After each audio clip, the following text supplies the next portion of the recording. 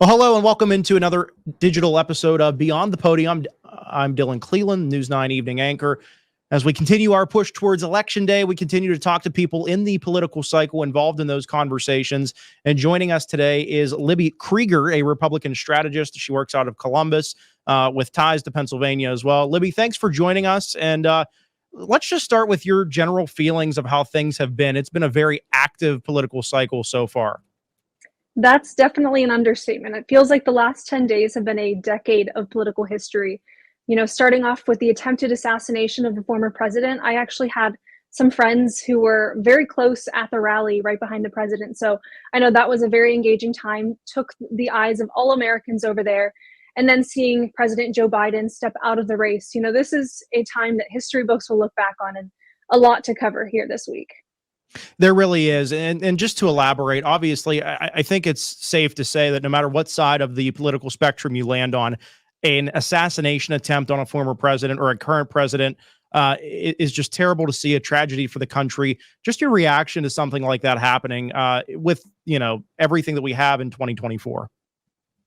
Yeah, it was definitely startling, but I think it's encouraging also to see the reaction from both sides. You saw the hearings in the House the other day with AOC and Representative Ro Khanna, both progressives that were pretty hard on the Secret Service director. Now she stepped down. So it's good to see that people are coalescing around the issue that this is very significant, should not have happened.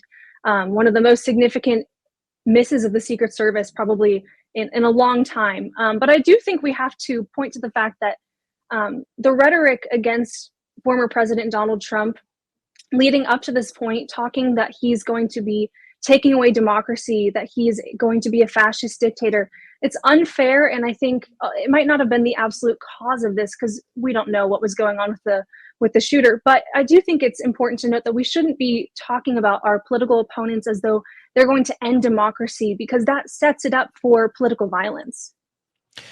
And speaking of that, the rallies that the former president has held for years now, we've become very accustomed to them. Things have changed a little bit in the last week. There have been some, they've been indoors. The rhetoric has changed in some aspects. What's your takeaway with how these campaign rallies for the former president and now vice presidential candidate J.D. Vance will progress as we move towards Election Day? I'm sure the Secret Service will definitely be increasing security measures. I think the one this past weekend probably had metal detectors from what I saw. And of course, that's probably going to make sense. For at least the time being, they need to ramp up their security measures. But I also think that we have seen indoor rallies from this president before. I used to do broadcast reporting with Right Side Broadcasting Network, and we traveled to many of the rallies that the former president held. And there were countless ones that were also at indoor venues. So it's hard to say whether that is an intentional choice after the attempted assassination, whether that's due to the Trump campaign's choice, Secret Service's choice, or just depending on the venue of the location.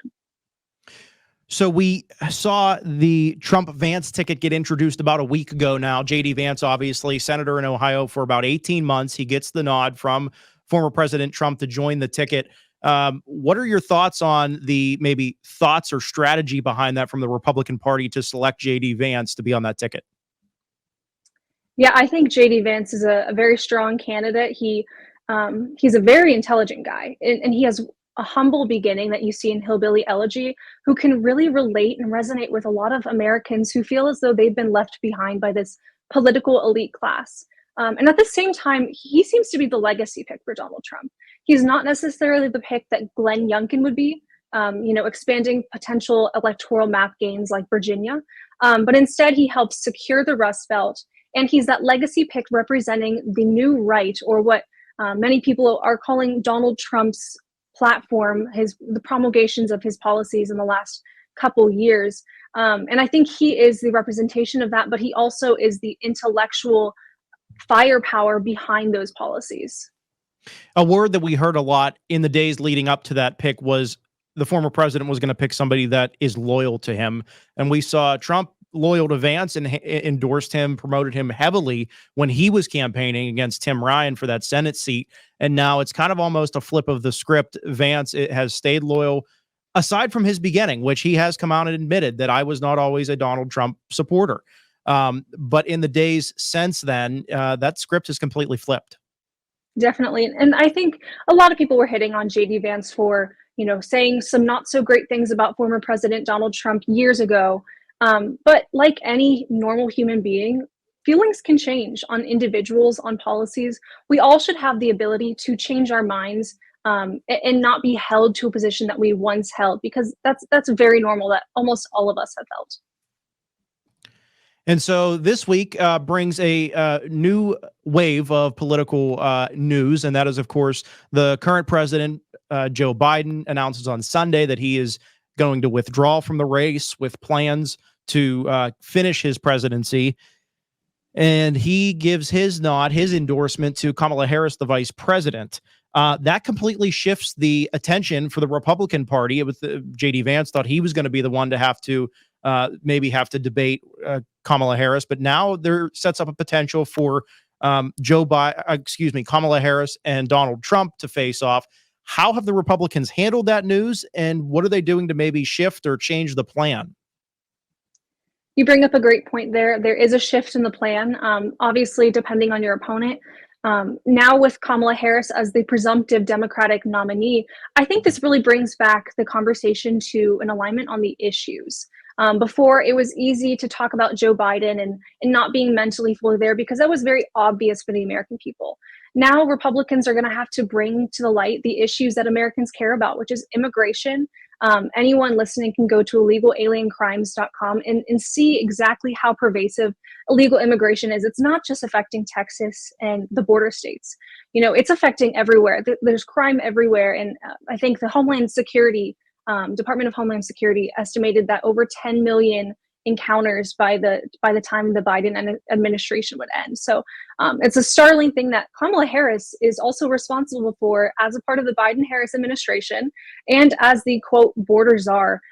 That's an issue that Republicans are going to bring up, and how she was voted, or she was ranked the most liberal senator by GovTrack, a nonpartisan organization. She has talked about banning fracking completely, and that's not going to resonate with voters in southwestern Pennsylvania and in Ohio.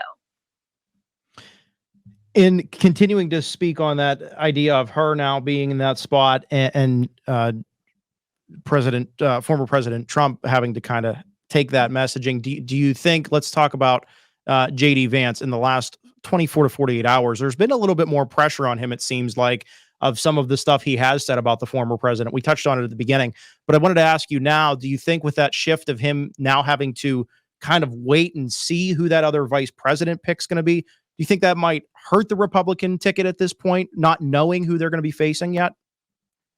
There definitely are questions as to what this ticket's going to be and who does J.D. Vance face off against in a potential debate. But usually you don't see vice presidents adding much to the ticket. They have a lot of potential, though, to hurt the ticket. At the end of the day, people are voting on whether Donald Trump is in the White House or whether Kamala Harris is at the helm. And that's the question. It's not about who is sitting in the wings, although the VP, again, can take away. I don't think there's a ton that is added by whoever Kamala Harris chooses. Before we let you go, I do want to touch on a huge state race this year, and that is the Senate seat, of course, incumbent Sherrod Brown against Bernie Moreno, who won the primary back in the spring. So what is your current pulse on this race? What are you hearing? A lot of people have said there's going to be a lot of advertising money put into this race. What say you? Sherrod Brown is very well known in Ohio. But Bernie Moreno has a great story to tell. He is an immigrant, a legal immigrant from Colombia. His family came over here, and he's a businessman. So he has a direct pulse on the two issues that people care about most, immigration and inflation. So he has been out working this state like very, very, very hard over the past couple months. And I think it's going to pay off. Polls are close right now. So it's really hard to say. It's a bit of an uphill battle given how popular Sherrod Brown is. But one other thing to note is the Fraternal Order of Police of Ohio have always endorsed Sherrod Brown. They came out today or yesterday talking about saying that they aren't endorsing in the race.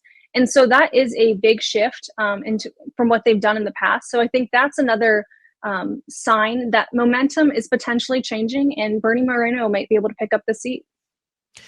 Bernie Moreno seems like he has closely associated himself with J.D. Vance. JD endorsed him has endorsed him. He and Moreno campaigned for Vance as well, also with the former president. Do you think that alignment with the two of them and Bernie Moreno in this high stakes Senate seat, how much do you think that benefits Bernie Moreno? It's no question it helps Bernie Moreno. Ohio didn't used to always be a red state. Used to be a little bit more swing, but now it's pretty solid in the red. Again, Sherrod Brown, he's a tough opponent, but I do think having Trump and Vance at the top of the ticket absolutely helps Bernie Moreno. Libby Krieger, a Republican strategist based out of Columbus. Thanks so much for taking some time with us. We'll definitely talk to you again soon before the election. Thanks again, Dylan.